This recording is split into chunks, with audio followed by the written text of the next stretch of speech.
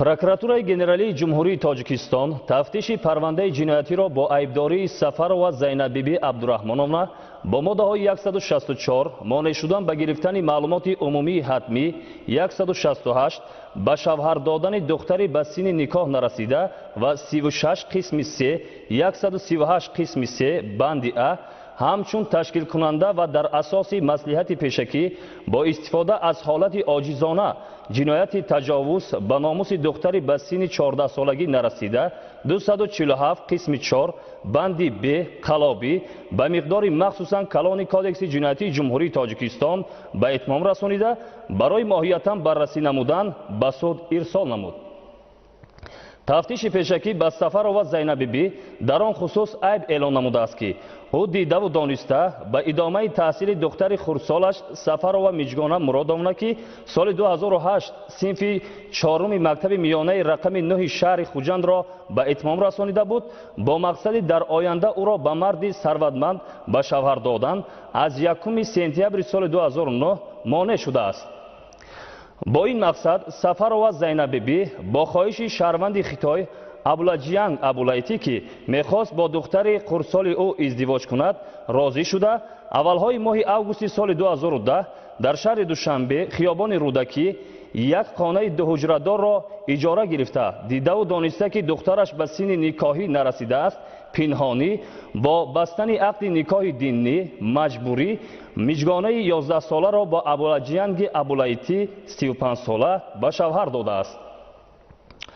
минбаъд Абуладжиянг Абулайти бо истифода аз ҳолати оҷизонаи миҷгона маҷбуран бо истифодаи зӯроварӣ мунтазам бо ӯ алоқаи ҷинсӣ намуда ӯро ҳомиладор кардааст. Сафарова Зайнабиби ва Абуладжиянг Абулайти аз ин ҳолат воқиф гардида бо мақсади ошкор нагардидани амалҳои ҷиноии худ Сафарова Миҷгонаро ба шаҳри Душанбе оварда дар таваллудхонаи рақами 1 шаҳри Душанбе исқоти ҳамл кардааст. Сафарова Миҷгона бо чунин муносиботи таҳқиромез тоб наоварда соли 2013 ба Прокуратураи Генералии Ҷумҳурии Тоҷикистон бо ариза оид ба андешидани чораҳои қонунӣ нисбати модараш ва шаҳрванди Ҷумҳурии Халқии Хитой муроҷиат намуд.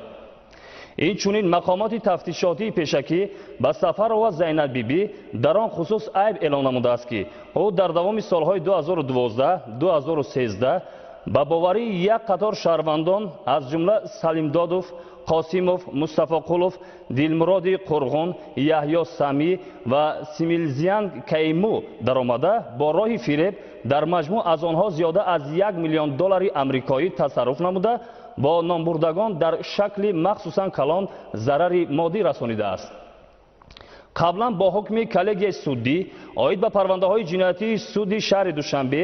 аз 17 феврали соли 2013 Абуладжиянг Абулайти бо моддаҳои 138 қисми 3 банди А таҷовуз ба номус ва 169 бастани ақди никоҳ бо шахсе ки ба синни никоҳӣ нарасидааст гунаҳгор дониста шуда ба муҳлати 18 сол аз озодӣ маҳрум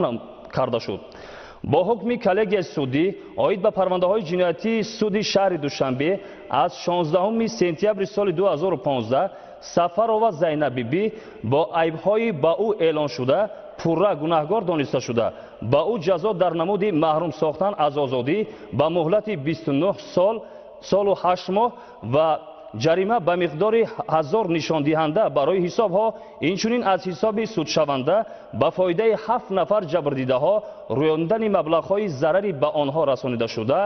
маҳкум карда шуд. Б қалоби ба миқдори махсусан калони кодекси ҷиноятии Ҷумҳурии Тоҷикистон ба этмом расонида барои моҳиятан баррасӣ намудан ба суд ирсол намуд.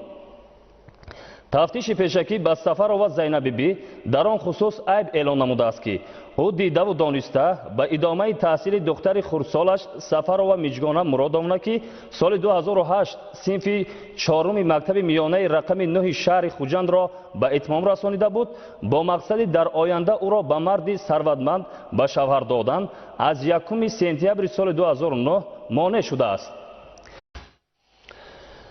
прокуратураи генералии ҷумҳурии Тоҷикистон тафтиши парвандаи ҷиноятиро бо айбдории Сафарова Зайнабиби Абдурахмоновна бо моддаҳои 164 монеъ шудан ба гирифтани маълумоти умумии ҳатмӣ, 168 ба шавҳар додани духтари ба синни никоҳ нарасида ва 36 қисми 3, 138 қисми 3 банди А ҳамчун ташкилкунанда ва дар асоси маслиҳати пешакӣ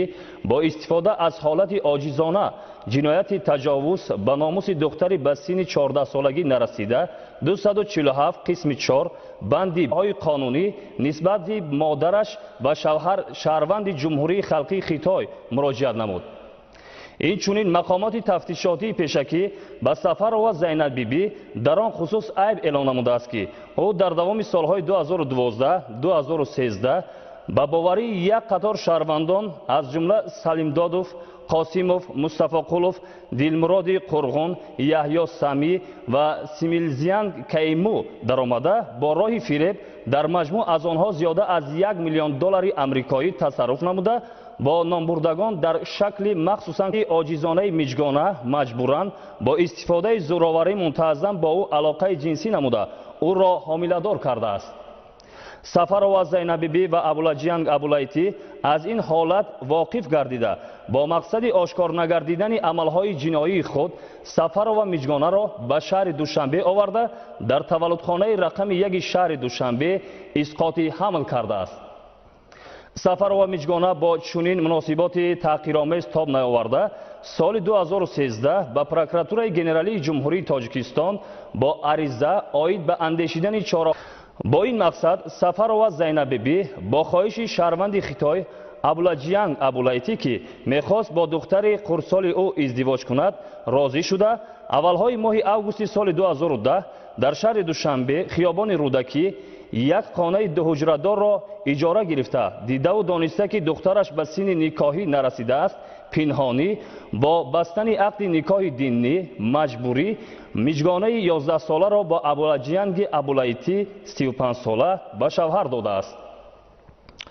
Минбаъд Абуладжиянг Абулайтӣ бо истифода аз ҳолати